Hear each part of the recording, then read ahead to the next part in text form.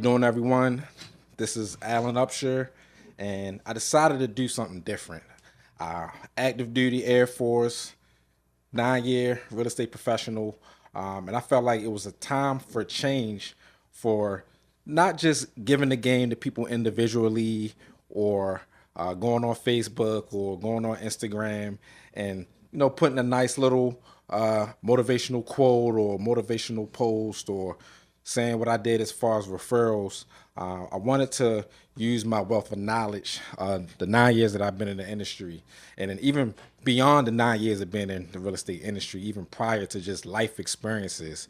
I wanted to start a podcast show where I'm actually giving insight outside of just the general knowledge of how to become a real estate agent or how to help somebody qualify for a house, but digging deep into the mindset of what we go through in life behind the scenes in our professional careers and how we can take the gems that we learned in life to be able to use them to leverage ourselves through partnerships, leverage the education that we obtained over the years, whether it's been academic or whether it's just been going through just life itself and taking these gems to help the individuals with us being in this real estate career to not only help somebody get a house, because we're doing a lot more than just taking somebody from one place to another, but actually helping their mindset shift to maybe not just being a homeowner, but some of the things that we may pick up and learn in gems can help them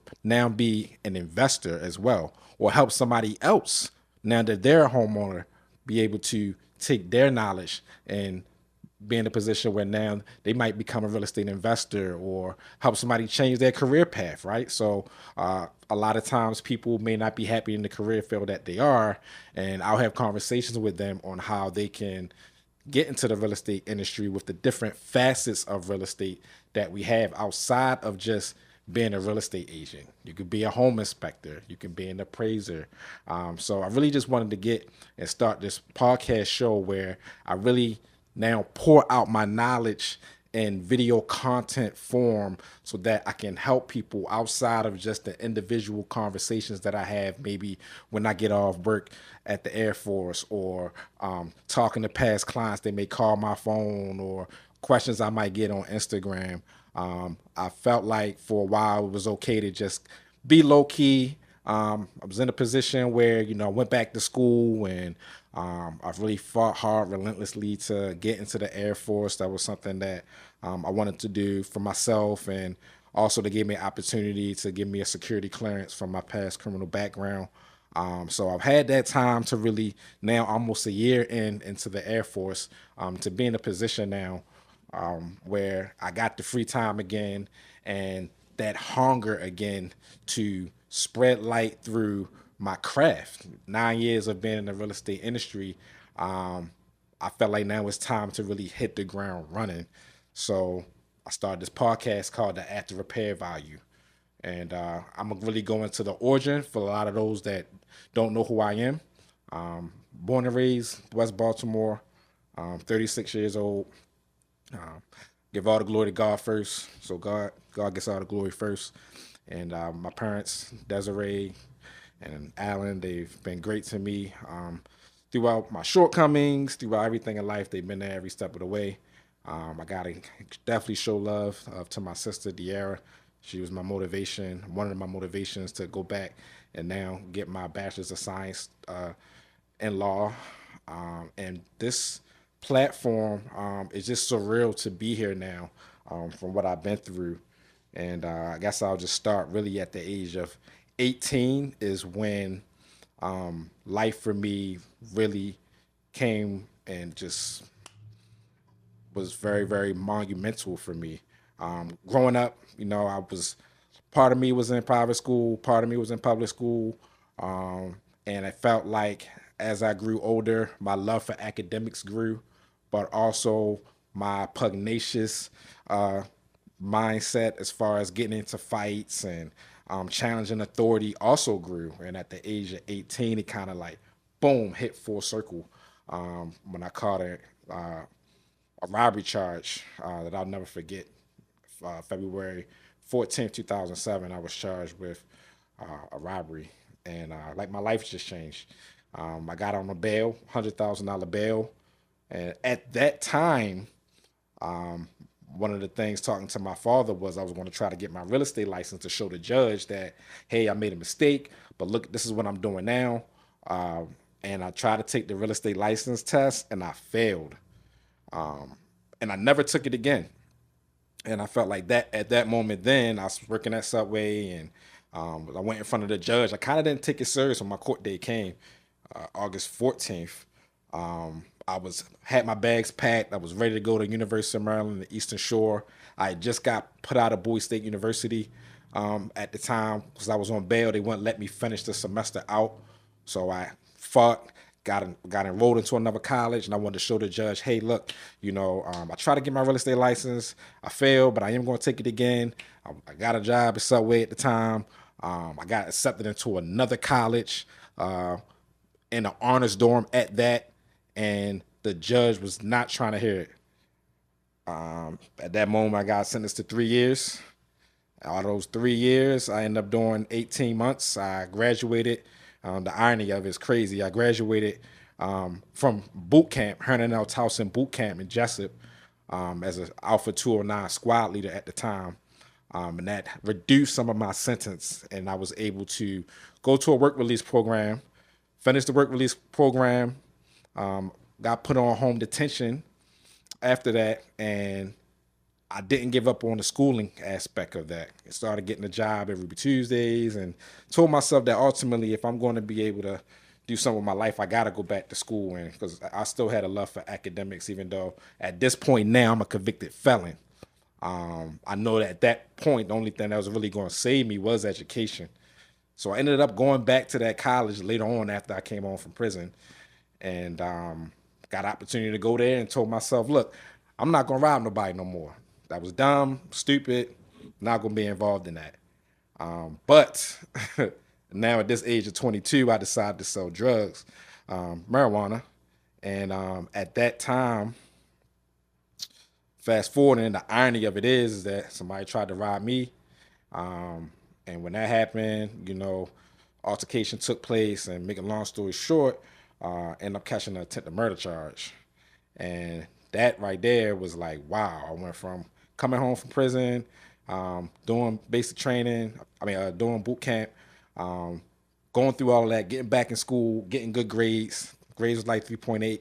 And here I am again, now I'm in jail, facing life in prison now, whole different ball game, fighting for my life, and 9 months took it to trial, and ended up getting 11 years, for the ultimate charges that got reduced down to an assault, reckless endangerment, dangerous weapon with intent to injure.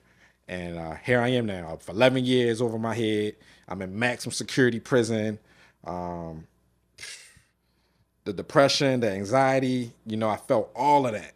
And again, education was the thing that kind of kept me focused even during that time. And it took me about 6 or 7 months of getting out of that depressive state of knowing how much time I had in prison to meeting a mentor in there who guided me to focus on education and realizing that your life isn't over, but to use this time to capitalize on the scenario of what you're in right now and figure out what you're going to do when you get out. And when I wrestled with that thought and got over that mentality of now turning prison into a college, that's when my world opened up.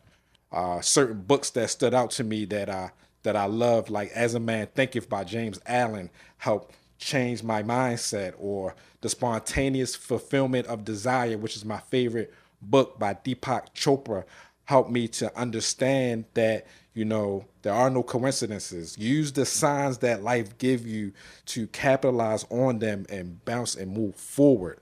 So in that time, I've probably read, in the 1,800 days altogether incarcerated that I spent, I've read over 1,000 books on self-help and real estate, and how to talk, how to negotiate with people, and how to keep a positive mindset. And I became like this force to be reckoned with what I was in. I started my first book, Prison to Paradise, while I was in. And I realized that if you're going to come home and be successful, it doesn't start when you come home. It starts while you're inside.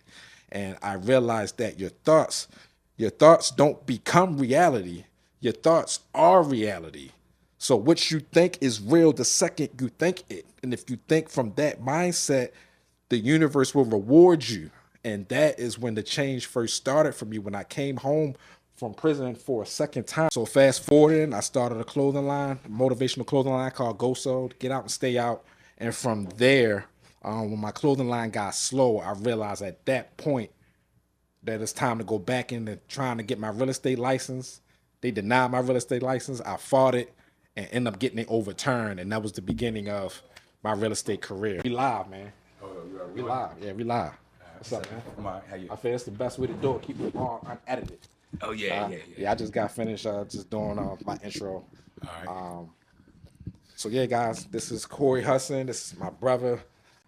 We getting right into it. Like, this is my first time doing this. I'm excited to see him. I ain't seen him in a minute. And yeah, Cory, man, we can start off, talk about who you are. And we just flowing, man. All right.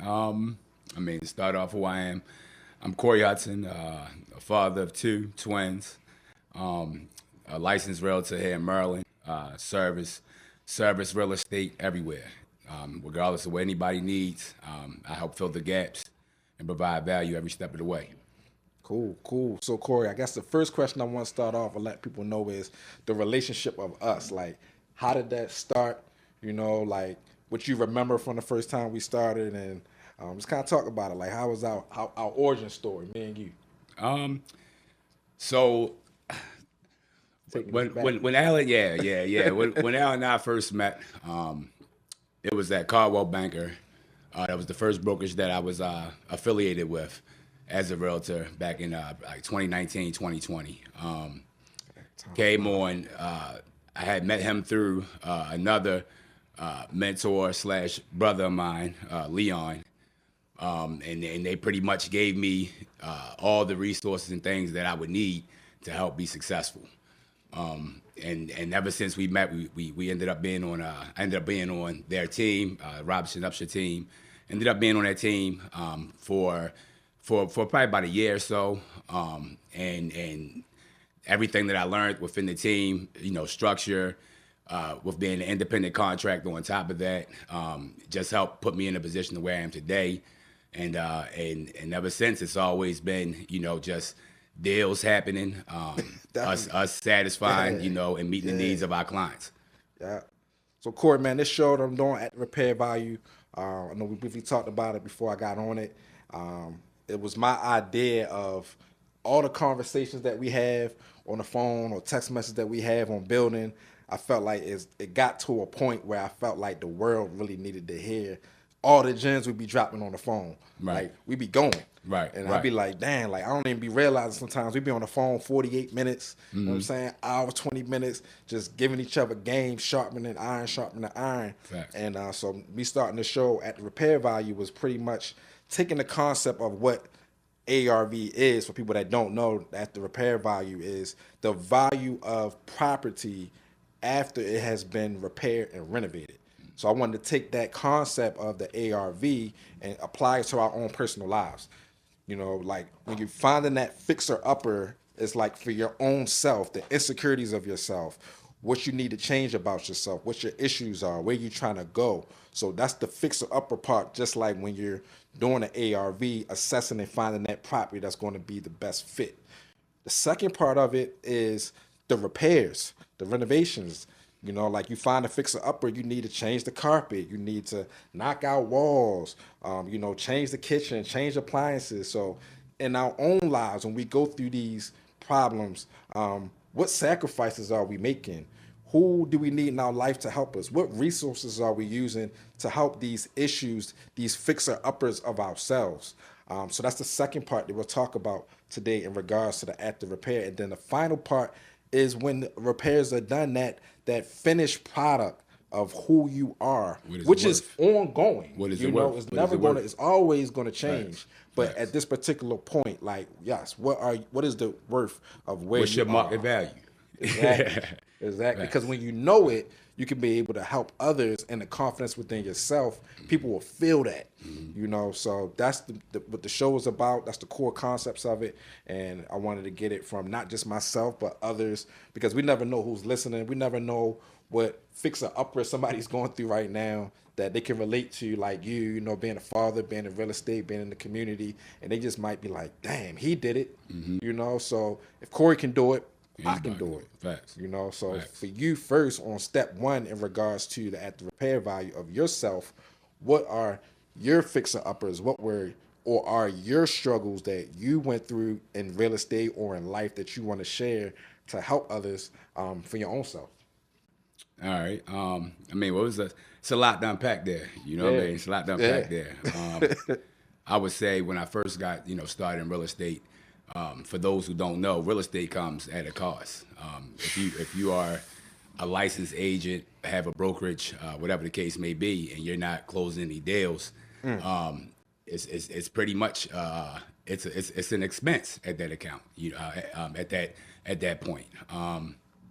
So getting into the real estate game requires probably about like $2,000 to $3,000.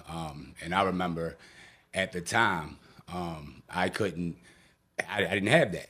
You know what I mean? Being real with y'all, as a grown man working a full-time job, taking care of a family, my priorities always come first. So those were covered. But as far as the extra 2 to 3K at that time, I didn't have it. And I didn't let that stop me. I had thankfully Coach Mookie from Throw, as I went to go get started. Okay. We used to work together back in the day, and then I actually taught his daughter 1 year at Kip Baltimore, and then I ended up running into him after his daughter was gone from there at North Avenue, and I was just trying to get started into not trying to get started. I had everything but the money to be licensed in a sense, passed all the tests, did everything else to affiliate with a brokerage. I just needed to pay that tab. I didn't have it. Like I said, I didn't let that stop me. I ended up, me and Leon Robinson ended up connecting at Caldwell Banker. And then when Coach Mookie ended up throwing me an opportunity, as a new agent, I appreciate him 1,000% for, giving me that chance, giving me the opportunity. And needless to say, myself and Leon, we rocked it. And from after that closed transaction, I was in the game. I was in the game. I was able to pay that $2,000 that I needed. I actually asked a friend to borrow it and told him I'd bring him back a stack on top of that. You know what I'm saying? If they would help me out, they had it, but they didn't give it to me. You know what I'm saying? So I didn't let that stop me. You know what I mean? Wow. And it's just like, no matter what obstacles you come to in life, you cannot let that stop you. So you just always got to be solutions oriented. And it's going to be problems, it's going to be challenges, but how can you get through it? All right, I know what the problem is. I'm not going to spend my time waiting there, just trying to, waiting for whatever the resolution is to fall in my lap. I'm gonna go get it, and that's always been my mentality, and that's what has led me to the success I've experienced so far, and that's what's going to continue to lead to more success. Man, I love that, man, because I remember, man, you took me back with that. I remember trying to get my real estate license. I ain't have it either. I was living in my mother's basement, man. I just got finished selling T-shirts and stuff, clothing line that kind of went down with Leon. Shout outs to Leon. And at that moment, I actually had somebody that was on me like, look, getting real estate, man, it's going to change your life. And I'm just like, not telling them like I don't got it. Like I want to get in, but I don't got it at the time. He was like, look, I'll go half with you on the classes. Man, that's a blessing. I like, had that. That's a blessing. You know what I'm saying? But just to know that have somebody, we was in situations where we didn't have it, but because we had good relationships with people, Facts. That helped us get the money that we needed to get in the industry. Solid. Just be solid. You know what I'm saying? It's like, be damn. solid. And it makes you think, like, just hearing what you're saying with Coach Mookie and how I had somebody help me out, Justin Goods, help me out with being able to get in, just to get in. There's probably a lot of people out here that want to get in real estate, but like maybe that pride. Yeah. It's like, man, I don't got the money to be able to get in. Man, you know how much I have to humble myself as a grown man to ask another grown man for something to better myself.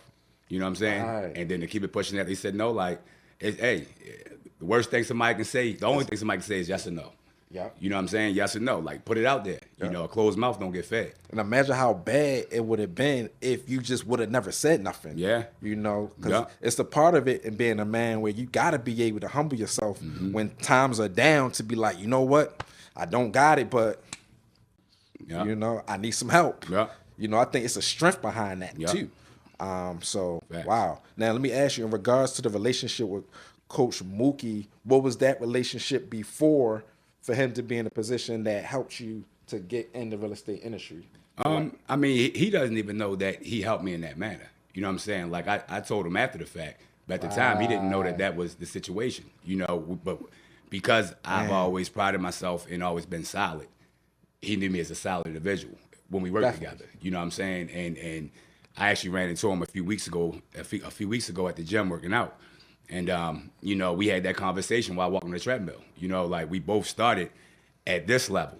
You know what I'm saying? And the industry that we work for, always seen us as keeping it real as black men, staying at that level.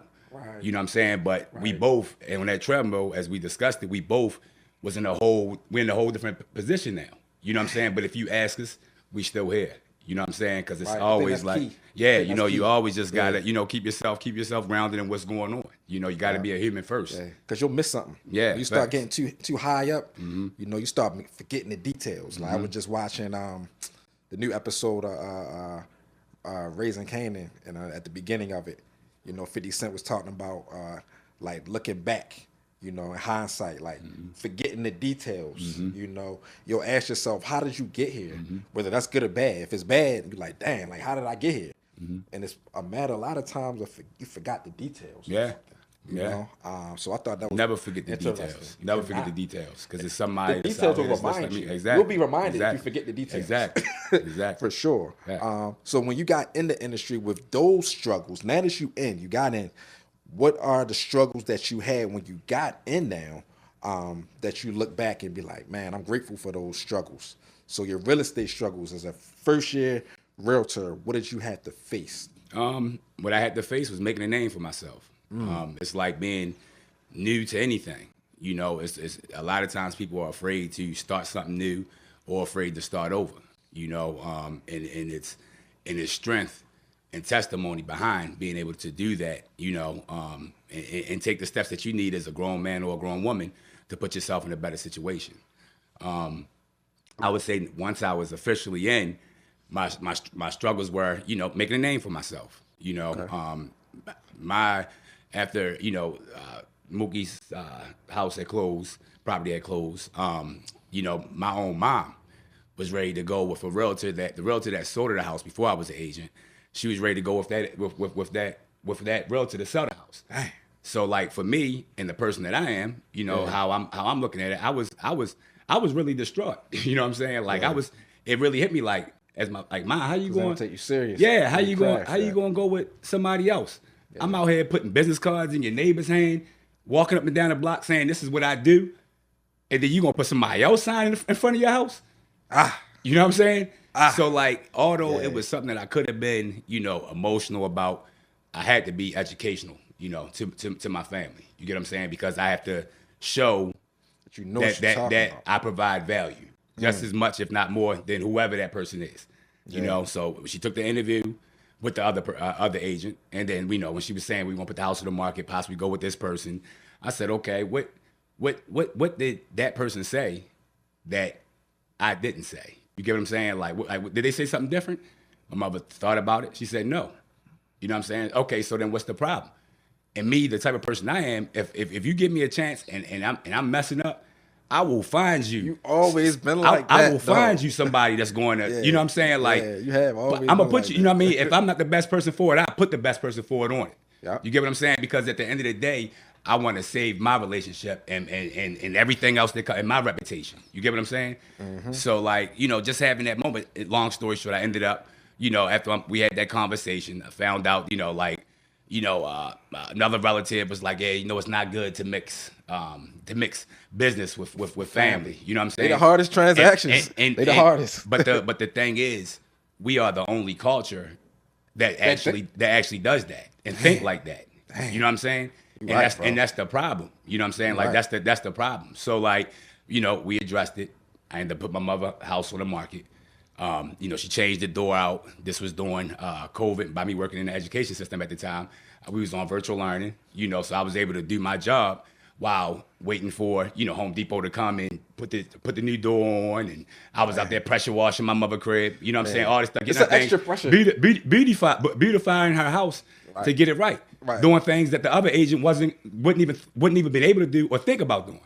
You get what I'm saying? And then the price that they were going to list that, I listed it for $10K more. And then we got into contract in 7 days for $10K on top of what we listed at. You get what I'm saying? So now my mom, she's happy. My stepdad, he's happy. You get what I'm saying?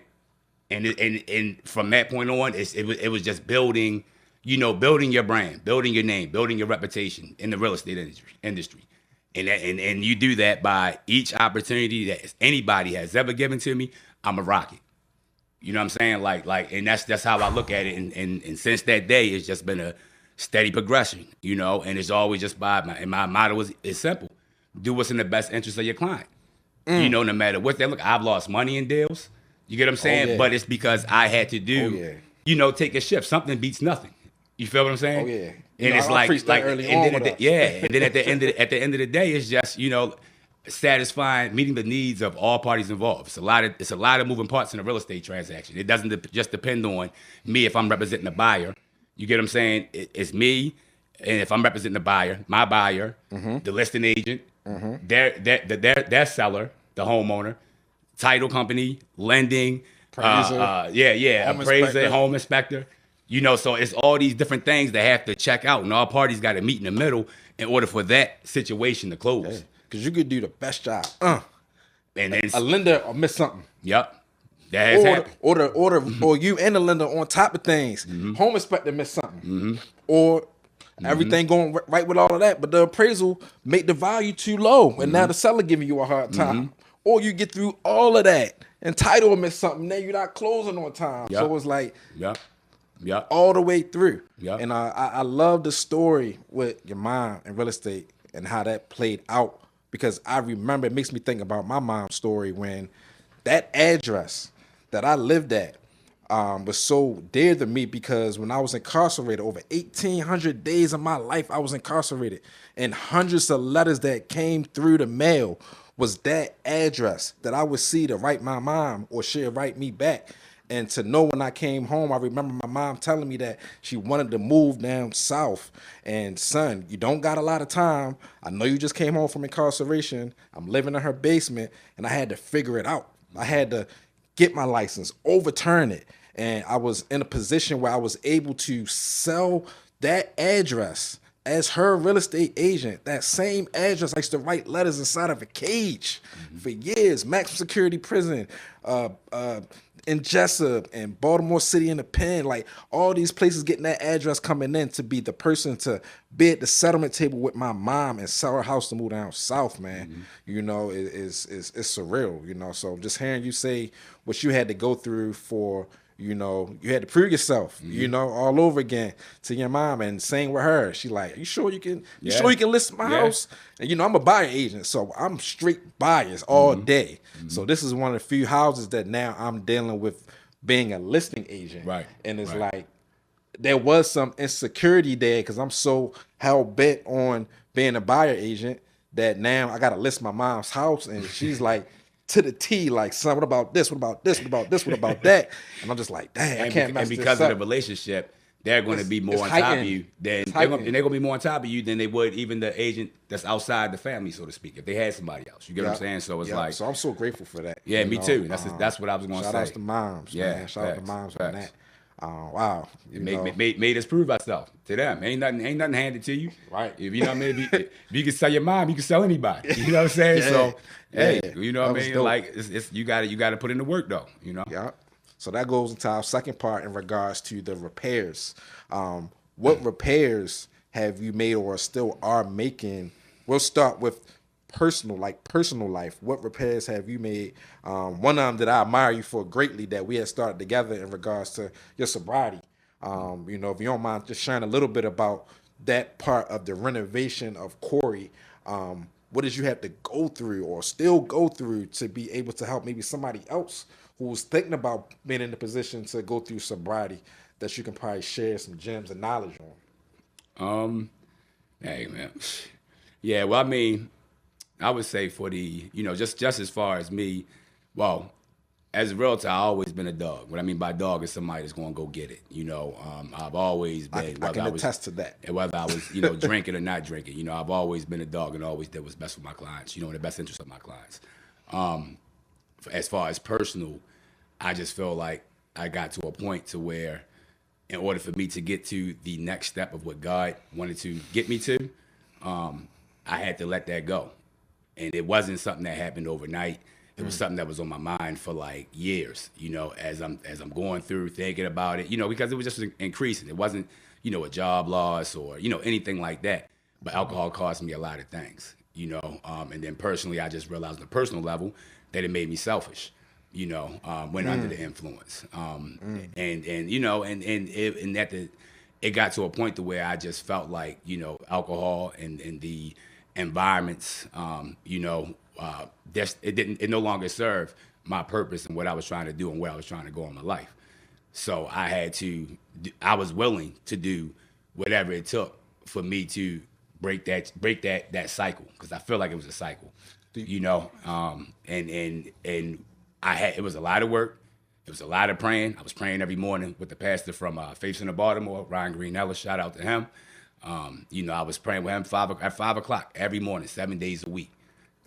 Just praying, because God can really deliver you from anything. Absolutely. And it's like, I know that you don't need money, you don't need you don't need anything, but God, and your commitment to do the work. That's all you need. You know what I'm saying? And it's like, to do the work. Yeah, if those two things together, man, you can do anything. And from that time, the first day was hard, the first week was hard, the first month was hard, the first year was hard.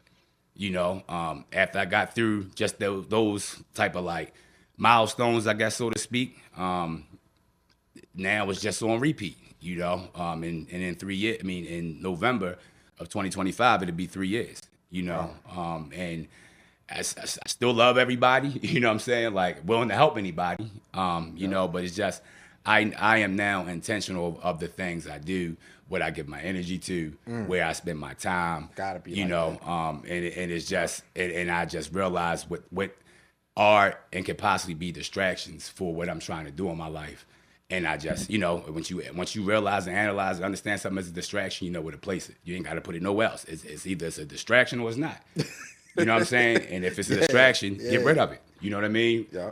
If it's not, move forward. Yeah. So like me just changing that piece, what that did is it increased my value in a sense, even to my clients, because now I'm more available. When during the Super Bowl this year, I was out showing waterfront property in Fort Washington during the Super Bowl, where I know me in my old, when I was drinking, even though the Ravens wasn't in it, what I'm saying, I'm gonna be in front of that TV drinking some drinks, you know what I mean, celebrating. Right. You feel what I'm saying? Not making no money, but spending it. Right. You get what I'm saying? So it's just like now it's just like my mindset is just different. Me, just I work out a lot more. I dropped 45 pounds since I stopped drinking alcohol and just recommitted my life to just doing better, striving for excellence in everything I do. You know what I'm saying? It's just like that full circle should help be full circle. And it don't mean that life is not lifing. Like my grandfather just passed, 2 days ago. Yeah. I was the last person that my grandfather seen alive. I was the last person to see my grandfather alive, excuse me. You know what I'm saying? So like just that whole, situation, but it was a blessing, and I feel like at the end of the day, even in the dark, you got to see the light. You know what I'm saying? And it's just like, just that mindset just helps tremendously, and because I'm not drinking, my vision is clear. You know what I'm saying? So that's just where it is, and I'm willing to help anybody. Just don't waste my time. You know what I'm saying? Because I'm not gonna waste yours. Absolutely. And then just you sending me the picture of one of the few photos that you said that your grandfather had of you. That was touching just to see just to see that picture of you there, and then to see like the Robinson Upshur team that we started at Coldwell Banker, you know, right there at Fells Point. You know, they used to sell slaves right there on that corner on that cobblestone. For us to start the first black real estate team right there on that cobblestone, and then to see that picture with you and your grandfather, it's like he telling you, like, keep them going. Yep. Keep it going. Yep. Corey. That's how I took it. You know what I'm saying? That's how I took it, man. When I seen it, I was like, I couldn't even know what to say back. It was like, man, it touched me, man. You know, one of the reasons why I started this podcast, you know, my grandfather, rest in peace. One thing that he told me was, he said, real estate is your craft. You're going to make money with it. You're going to do good at it. He said, but the thing that's going to be your gift, that's going to help serve the world, is going to be the power of your tongue. And that's one of the reasons why I wanted to really start speaking more and getting it out there, because I remember that was the last thing that my grandfather told me before he passed away, was he said, the power in your tongue is going to be what moves the masses, what's going to uplift the world, what you say with your tongue. So, man, you know, shout out to grandfathers, man. Yeah, you know, rest in peace. You know, in regards to the renovations of your real estate career, what has been your biggest improvement in the sense of, like, is it contract writing? Was it negotiating? Like, what's something that you struggle with in that, as you grew in your career in real estate, that you've seen significant improvement in, just to help make your real estate success better than what it was? That's a good question. I feel like because I got, you know, connected to the resources that I would need, you know, to help excel my real estate career early, you know, Trinea Robinson, you know what I'm saying? So administrative assistance, transaction coordinating, you know. For your time. Yeah, that piece was, you know, instrumental for me, because it allows for me to do the things that I need to do, which is get more business, be in the face of my clients, you know, and helping them in the activities that happen in the field, such as showing properties, knowing the condition, looking at comps, knowing the market values, you know, of properties, where and how to, you know, submit the offer, and at what price point, what terms to make the, you know, the offer very competitive to get accepted, because it just doesn't come down a lot of times to just what the price is. You know, a lot of times people think that as long as the seller makes the most money, you know, off of this deal, that's the one to be the one that they take, and that's not always the case. You know, if somebody offers maybe the listing price, you know, or under listing price, but they're not worried about, you know, there's no contingencies. You know what I'm saying? There's no contingencies. Then that piece of mind. that carries weight. You know, we know that we're gonna close this regardless of what's going on. You know, cash or finance. Exactly. So it's you know, it's multiple ways to, you know, submit an offer, and I feel like just having a, you know, just somebody on the back office that can just, you know, handle the things that will end up taking up my time. Okay. So and not allow for me to build more, you know. So having that that administrative person that can leverage your time so you can focus more on bringing in business is a key part for you. As opposed to when you first started, you didn't have an admin, so now you're doing a million different things. Yeah. But you got to be in front and on the back end, right. You know. So that part helped you out, because now you got all this extra time. You're already a father of twins. You know, you're already helping in the community with our young men and women. You know, so you already got all this going on too, and now be able to have an admin to be able to handle that role for you on that administrative side frees your time up to be able to be a better Cory. Exactly. Okay. Exactly. I got that. Everybody, that was key for me too. The strength on a team, when you have a team, as long as everybody is doing what they are great at, then you won't win a championship. You know what I'm saying? Like I don't need, if you're not, you know, if you're not a good shooter, but a great rebounder, hit the boards. You know, I love it. Everybody just got to be comfortable in that role, and my TC is comfortable in that role. They love what they do. They don't want to be in the face of, you know, the clients or having to interact as much. You know, I love that. You get what I'm saying? That's why I thrive at. I love it. And you know what I'm saying? And it make me think about, you know, I had to bring it up. We was talking a little bit about it, like the 3-man weave that we got. So I got this thing that me, Cory, and my dad do. We call it the 3-man weave, where like I could randomly just be chilling and I get a call from my dad. He'd be like, hey son, I got somebody. You know, my father been in business for about 20 plus years now. So just being in a position where he's been doing it a lot longer than both of us, and he's just pretty much at a position where somebody call him, he'll call me like, "Hey son, I got somebody." I'm like, "All right, Dad, send it." Boom, my dad, like a 3-man weave, he'll send it to me. I get the details like, hey, I'll make the first call. Hey, how you doing? What you looking for? What you need? What's your terms? What's your conditions? What part of Baltimore City, Baltimore County, PG? I'll gather all the details so that way when I make that final pass to Cory, he already got the name, email address, phone number. Are they pre-approved? Are they not? So that Cory can go ahead, boom, dunk it home. So father sent it to me. Definitely going to finish. I grabbed the details. Hey, Cory, look, they pre-approved. They not. This is what they got going on. It's a rental. It's a buy. It's a list. And then Cory be like, man, I got it. So, just like the 3-man weave, if my dad doesn't do his part, just like a 3-man weave, if you pass it too far ahead, boom, everything fails. If he don't grab, if he gets the first person and the number wrong, we screwed. Yeah. Cause I can't do nothing with it if I don't got the right number. So he'll get the right number, get the right name. Boom, he give me the pass. Now it's my job to let Cory know, hey Cory, they looking here and there and there and there. Are they pre-approved? Are they not? Because if I don't make that right pass to Cory, now he's on the phone like might fumble the rock. Yeah, like man, what I mean? Now we got to start over. Like we had one time. Yeah, like the one time we had a client and because initially the name was wrong, so I'm sending Cory the information like, yeah, man, this the person name. You're like, you sure the person name is this? And I'm like, well, this the pass I got. You know what I'm saying? Like you fumbled the 3-man weave. You know what I'm saying? So it's a work in progress. We got really, really good at it now. I can't even remember how many deals we didn't close at this point, but it's a beautiful system because for me, it's just, I love that phone call, even though it's always my dad, I love hearing talking to my dad, but at the same time, one of my favorite business partners, and it's like Christmas when he called me, hey son, call me. Because when he texts me, call me, I know more than likely it's some money involved. So I answer that phone, he be like, I got one. And I just be like, phew. And I can't wait. By the time he's trying to tell me that he got one, I'm already texting Cory like, hey Cory, hey look man, I don't know what you got going on, but when I'm coming, So it's one of my favorite like referral 3-man weave passes. So I think it's important in your career as you grow to be able to leverage that, have people that's in the industry that can just leverage that for you.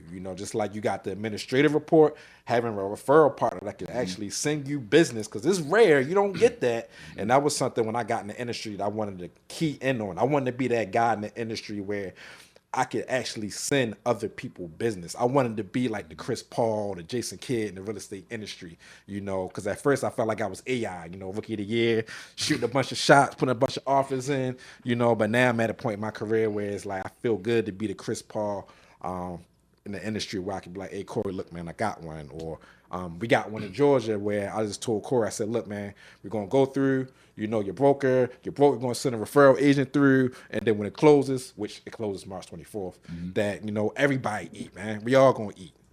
So just to be able to be in a position where I could just refer business out, and me and Cory got the mindset, I eat, you eat. We always had that from the beginning, so I do love that. But yeah, the 3-man weave is what I call it. Shout out definitely to Mr. Upshur. Mr. I don't even know if you know this, but as a licensed agent, because I had real estate transactions, I sold $1 million of real estate before being like a licensed agent, but I couldn't get credit for it because I ain't had my license. But I put it together. You know what I'm saying? But anyway, Mr. Upshur was the first referral of a buyer that I had as a licensed agent when I went out. Up Coco Lane. Coco Lane. Coco Lane. Yeah. So that was the first one? First one. Dang. Rocked it. You know what I'm saying? Rocked it. You did rock that. You like all of them, though. Yeah. That's what you got to do. If I want to keep them coming, I got to rock it. And it's crazy because I remember being a guy. I was that guy. You know what I'm saying? So it would be like, when you close a deal, man, I don't know. That's like my Kobe Bryant on a basketball court, man. Because I ain't making it basketball. I wanted to. I'm sure you was nice.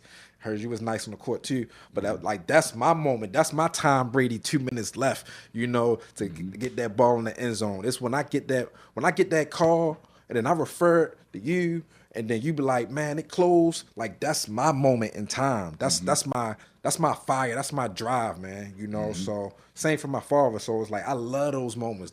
The moment of like closing the deal. It made me think about that scene on Pay in Full when Mitch and Ace Boogie was in the car, man, he said, "Man, I love this game, B." You know, like that's how I be feeling, man. We close a deal, man. You gotta love it, man. You like, know, so that's one thing. Like for me too. Like I never like when I worked, you know, with kids and education. You know, since I got out of college all the way through until 2024. You know, I just always did what I loved. You know what I'm saying? And it's like when you do what you love, then it's even though it is work, it's not work. You get what I'm saying? So, you know, like it's I enjoy helping people. Always enjoyed helping people. You know, and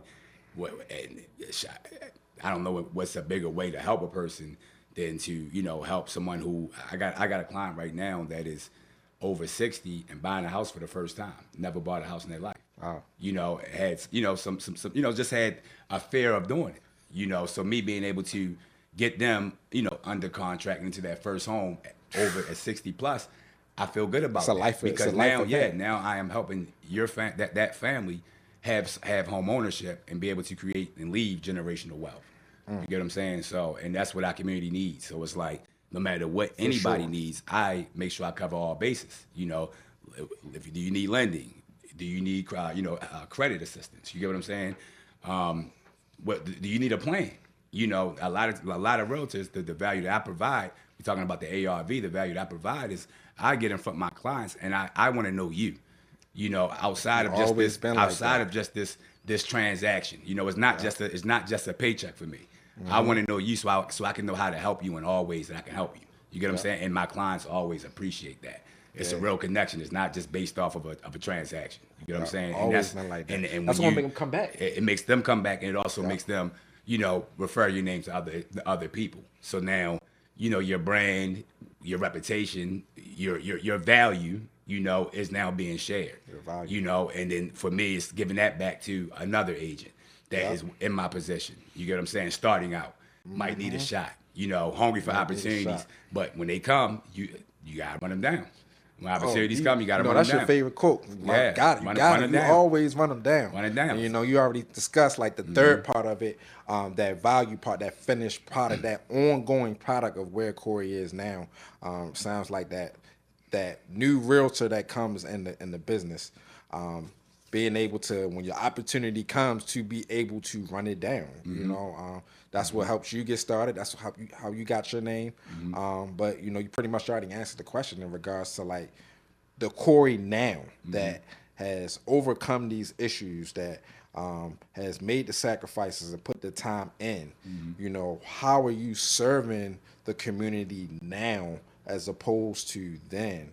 You know, with somebody, hey, I'm a new realtor, Cory. Like, what advice would you give to that new realtor or real estate professional, new lender, on what they can do to be able to be successful, especially during these times in the industry, the Cory now? What would you say to them? I would just say, just be hungry.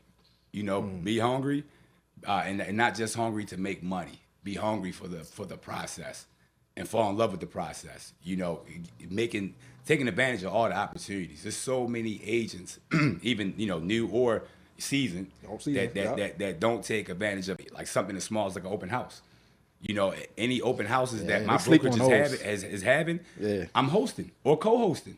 You get what I'm saying? Because when people are coming in to look at that house, they're looking for a reason.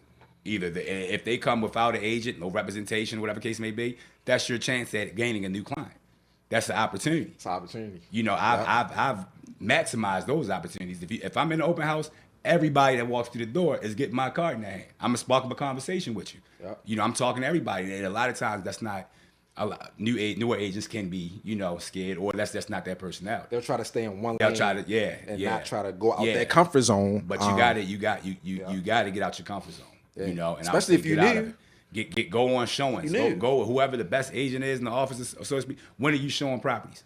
You know, whenever you go, just hit me on the fly. That's a good way. You know, like because you go out there with that person, you can, you know, just see how they are handling the open houses. You know, my first time having an open house, not open house, excuse me. My first time showing a house. My first time showing a house. You know, I'm not gonna say I was nervous, but it was new. You get what I'm saying? It was new. So it's like, where do you, you know, like the details, how my position now, it's clockwork. Nature. You know, it's clockwork. go ahead and let me walk it through. I'm here if you need. I got any questions. I already got the information on everything you need. If you like it, then all right. Now, if you like it, okay. Now I'm gonna go ahead and show you I love it. You feel what I'm saying? I'm gonna bring you everything Call that you admin need. too. Yeah. Time for offer. That admin coming in. Yeah. That You know leverage. what I'm saying? Yep. I'm giving you everything I got so that you can make an informed decision and showing you the pitfalls and what might come of it. You know. So I think just for a new agent, just any opportunity is an opportunity for you to get better. You know, always stay abreast of the market, what's going on, interest rates, you know, home prices, home values. You know, a lot of times I have people that try to limit me to just an area. Okay, your brokerage is here, so you can only service real estate here. Nah, that's not the case for me. You know, my license is statewide. Yeah. You know, I can serve anything, you know, directly. And what I don't know, I know where to go to get the information if I need to get it. You know, and I have no problem with asking. I'm an expert in my field. Mm-hmm. You know, and the expert doesn't mean that you know everything or you don't make mistakes. That's not what that means. That means, you know, when you make mistakes, you make it right. You get what I'm saying? And then in what you don't know, you know where to go to get that. Yeah. You know, so For sure. that's just like how I, you know, it's just my mindset in a sense. And I would say any new agent, just be hungry in what it is that if you're trying to do it, do it. You know, and what that looks like is just by taking massive action. Don't be afraid to make mistakes. You're going to make them, but as long as you're making mistakes and falling forward, you're not failing. You know, people. I no longer look at losses as losses. It's lessons.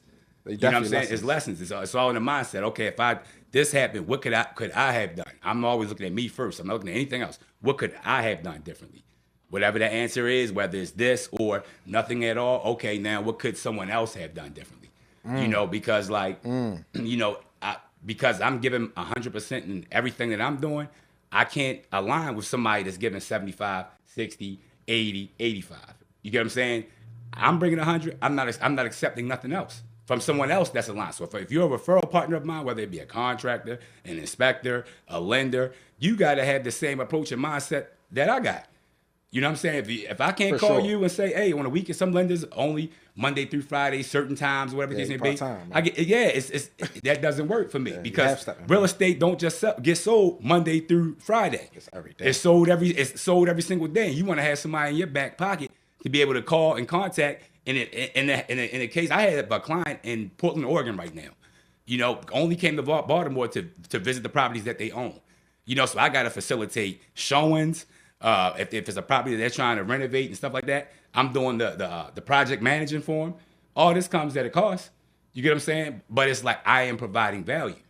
You know, and they know that even with them being on the other side of the country, that I am a trusted realtor that can make things happen for them and then give them the information they need to know how they need to move. You know what I'm saying? So that's just it. And because of that, now I get other out-of-state investors. Because the out-of-state investor knows another out-of-state investor.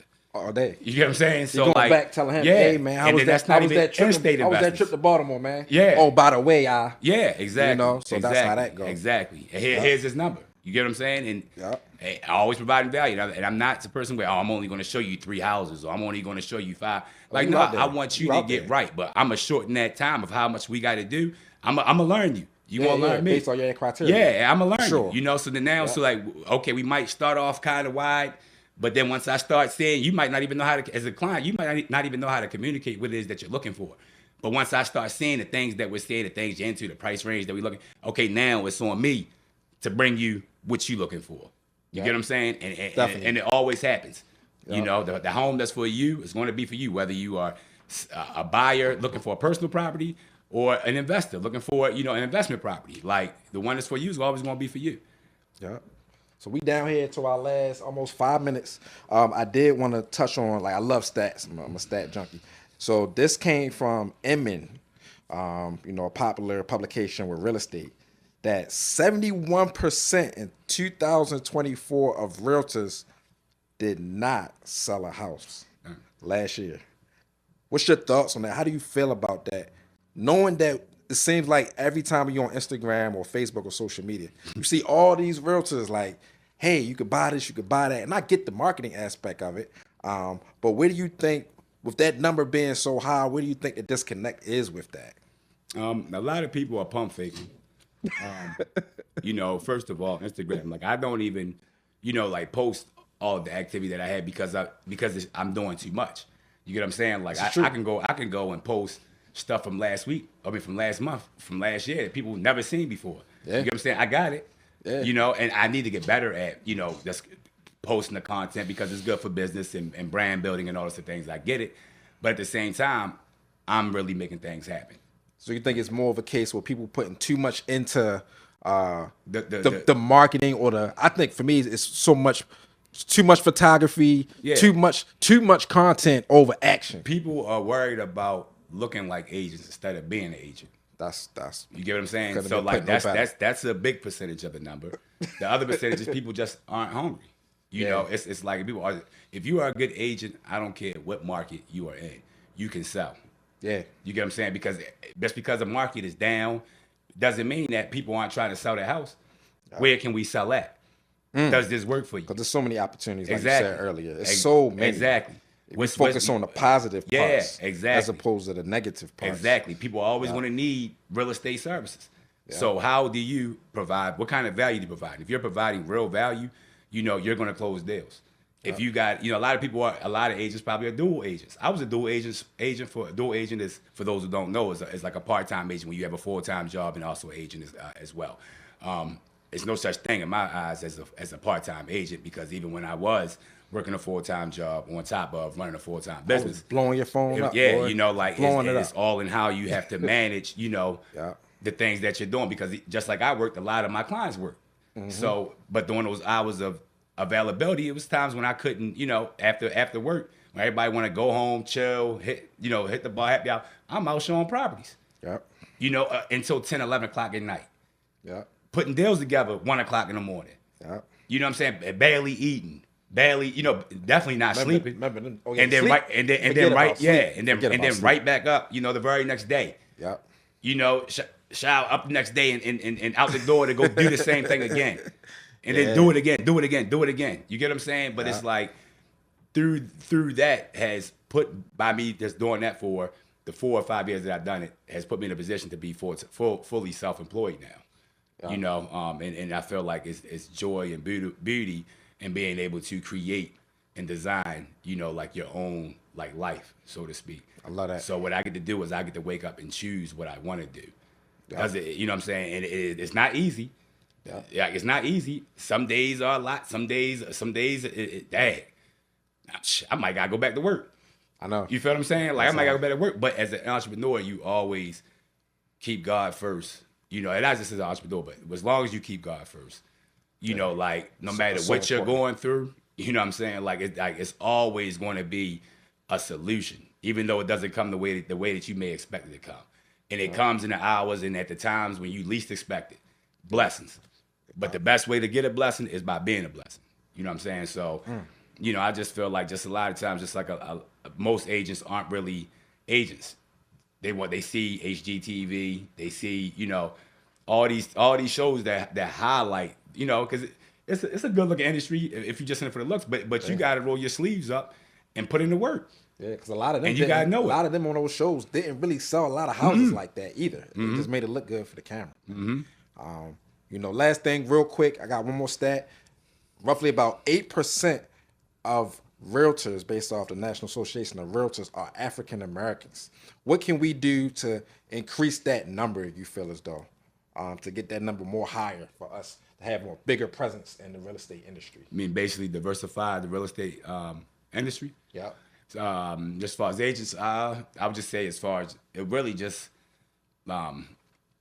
educate more people on the career, the benefits of the pros and cons, you know, like keeping it real, the pros and cons, you know, and then for those, a lot of times for those of us who make it, we don't want to help those who are just getting started. So I think just, you know, and I think people just really getting the benefits of the pros and cons, you know, like keeping it real, the pros and cons, you know, and then for those, a lot of times for those of us who make it, we don't want to help those who are just getting started. So I think just, you know, and I think people just really getting and then looking for mentors. I don't care where you are in any industry, in any industry, no matter what level you are at, it's always somebody doing more and somebody doing better than you. Tap into them. You know, don't have the pride of, oh, I gotta be. I know a lot of people that got the pride of, I gotta be the big dog in everything I'm doing. If you're the big dog in everything you're doing, you're not doing much. You get what I'm saying? Or if you are doing something, you're doing enough just to be comfortable, but you're not getting to that next level where you could possibly go. You feel what I'm saying? Man. That's all we got today. You know, hope y'all enjoyed. Grab some gems at the Repair Value, episode 1. Yes, sir.